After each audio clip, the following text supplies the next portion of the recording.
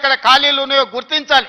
ఆ ఖాళీలను public service కమిషన్కో, police కమిషన్కో, లేకపోతే మెడికల్ అండ్ హెల్త్ డిపార్ట్మెంట్ ద్వారానో ఈరోజు నియామకాలు చేపట్టడానికి ఒక ప్రాసెస్ ఉంది. ఆ ప్రాసెస్ ప్రకారం మనం ఈరోజు చేసుకుంటున్నాం. ఒకనాడు నోటిఫికేషన్ల కోసం మీరు ధర్నాలు, నిరసనలు చేసేది.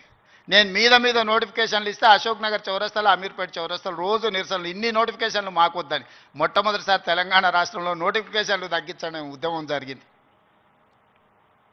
అందుకే మిత్రులారా, మీకు అనుమానాలు ఉంటే నివృత్తి చేస్తా. కొన్ని రాజకీయ పార్టీలకు కొంతమందికి అధికారం పోయినా కడుపుమంట ఉంటుంది, బాధ ఉంటుంది, దుఃఖం ఉంటుంది, ఆవేదన ఉంటుంది. కొడుకులను ఏమేమో చేద్దాం అనుకుంటే ఎందుకు కాకుండా పోతురని తండ్రికి ఆవేదన ఉంటుంది. ఆవేదనతో ఆరోగ్యం కూడా దెబ్బతింటుంది. మీరు వాళ్ళ ఉచ్చులో పడితే ఎట్లా? నేనెవరినే? మీరందరు కలిసి చేస్తేనే ముఖ్యమంత్రి అయినా కదా. నేను ఆకాశం నుంచి ఊడిపడ్డానా? అమెరికా నుంచి వచ్చినా? ఏ నుంచి వచ్చినా? నల్లమల్ల అడవుల నుంచి, కొండారెడ్డిపల్లి నుంచి వచ్చిన గా ప్రొఫెసర్ కాసింది మాది పక్క ఊరే. మీ ఊరు నుంచి, మీ దగ్గర నుంచి గవర్నమెంట్ స్కూల్లో చదివి మీతో పాటు 20 ఏళ్ళు ఉండి జడ్పీటీసీగా, ఎమ్మెల్సీగా, ఎమ్మెల్యేగా, ఎంపీగా 20 సంవత్సరాలు మీతో పాటు ఉండి, మీతో పాటు పెరిగి, మీతో పాటు మీరు ఆశీర్వదిస్తేనే ఈరోజు తెలంగాణ రాష్ట్రానికి ముఖ్యమంత్రి అయినా. చదువుకోవడానికి గుంటూరు పోలేదు, లేకపోతే పూనా పోలేదు, లేకపోతే అమెరికా పోలే. నేను చదివింది ఇక్కడనే, పెరిగింది ఇక్కడనే, ఎన్నికైంది ఇక్కడనే. మా తాతలు ముత్తాతలు ఎవరు పెద్ద పెద్ద పదవులలో లేరు. మా నాయన పేరు చెప్పి నేను ఇక్కడికి రాలేదు.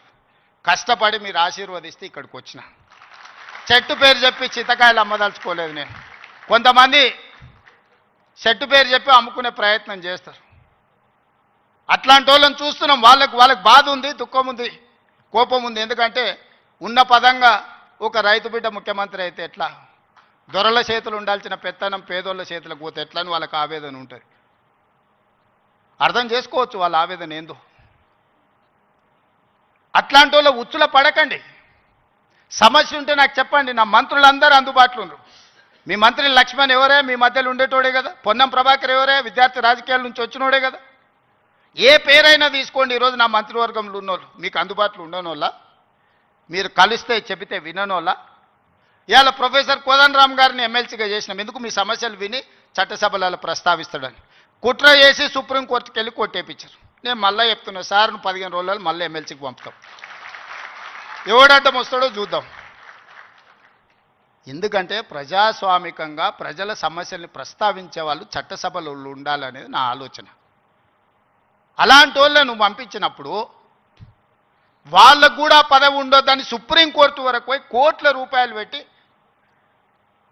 పెద్ద పెద్ద న్యాయవాదులను తీసుకొచ్చి ప్రొఫెసర్ కోదండరామ్ సార్ని ఎమ్మెల్సీగా తొలగించారు. ఏం పైశాచికానందం ఇది? ఏం శునకానందం? సార్ ఒక్కడు ప్రొఫెసర్గా ఉంటే తప్ప, ప్రొఫెసర్ గారు ఎమ్మెల్సీగా ఉంటే తప్ప? మీ ఇంటిల్లి పాది మంత్రులు ఉండొచ్చు, ముఖ్యమంత్రి ఉండొచ్చు, ఎమ్మెల్సీలు ఉండొచ్చు, ఎంపీలు ఉండొచ్చు, అన్నీ మీ కుటుంబం ఉండొచ్చు. కానీ పొలిటికల్ చేసి చైర్పర్సన్గా పనిచేసిన కోదండరామ్ గారు ఒక ఎమ్మెల్సీ ఉంటే మీ దుఃఖమేందని అడుగుతున్నా. నా మీద తీటు ఉందంటే నేను అర్థం చేసుకుంటా. ఆ సార్ ఏందే పాపం, ఇంటి తలుపులు వలగొట్టినా ఏమనలే సారు. నేనైతే చెంపలు వలగొడుతుంటే. ఆయనను కూడా ఉండొద్దు ఎమ్మెల్సీగా అంటే ఎట్లాంటి ఆలోచనలతో ఉన్నారో ఒకసారి ఆలోచన చేయండి. నేను కాకుండా ఇంకెవరైనా ఉంటే కుమార్ గారు వైస్ ఛాన్సలర్ అవుతుండేనా? మీరు చెప్పండి, మీరు ఆలోచన చేయండి. జానయ్య గారు అక్కడ అవుతుండేనా వైస్ ఛాన్సలరు? ఈ సామాజిక చైతన్యం ఆనాడు దయాకర్ ఉద్యమంలో యాక్టివ్గా ఉన్నాడు కదా. 10-12 ఏళ్ళు పాపం ఏది రాకుండా అందరు అడ్డం పడ్డారు కదా. ఇవాళ ఎమ్మెల్సీ అయ్యింది కదా దయాకర్ కూడా. ఇవన్నీ ఎందుకు అవుతున్నాయి? బాలలక్ష్మి మీ బిడ్డనే కదా, మీ యూనివర్సిటీలో పెరిగిన అమ్మాయే కదా. ఈరోజు రాష్ట్ర ప్రభుత్వాన్ని నడిపే దాంట్లో భాగస్వామి అయింది కదా. నేను మీకు విజ్ఞప్తి చేసేది ఒకటే, అపోహలకు లోన్ కాకండి.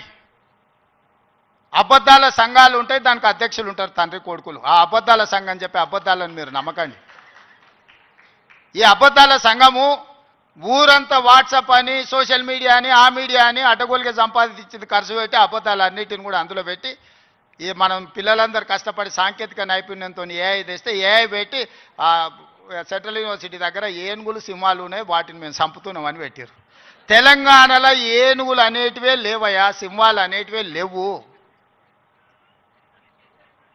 మానవ రూపంలో ఉన్న మృగాలు ఉన్నాయి, అవి ఫామ్ హౌస్లలో ఉన్నాయి. వాటిని నిర్బంధించడానికి వలలేయండి. మదర్ ట్రైన్లను బంధించడానికి గోతులు దొవ్వండి.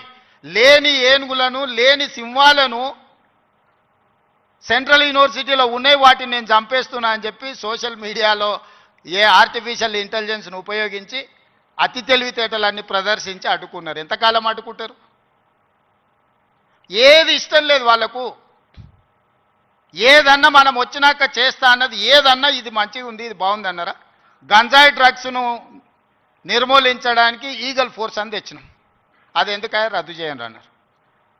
చెరువుల పేరు మీద, ఫామ్ హౌస్ల పేర్ల మీద చెరువులు ఆక్రమించుకొని గండిపేట, ఉస్మాన్ సాగర్, హిమాయత్ సాగర్లను ఆక్రమించుకొని పెద్ద పెద్ద ఫామ్ హౌస్లు కట్టుకుంటే కూలగొట్టడానికి హైడ్రా తెచ్చిన. లేదు హైడ్రాని కూలగొట్టండి అంటారు. మన వరదలు వచ్చినప్పుడు సామాన్యులు చెప్తారు, సార్ మా ఇళ్ళకి నీళ్ళు వచ్చినా, మా టీవీలు, ఫ్రిడ్జులు, మంచాలు, మా ఆస్తి అంతా తడిచిపోయింది, ఏం చేయాలి సార్ అని. సన్న బియ్యం ఇస్తే ఇచ్చేదే లేదండి, రేషన్ కార్డు ఇస్తే వద్దండి. ఏది చేసినా వద్దంటురు. ఈ వద్దనేటోళ్ళని ఏమనాలో మీరే చెప్పుర్రి.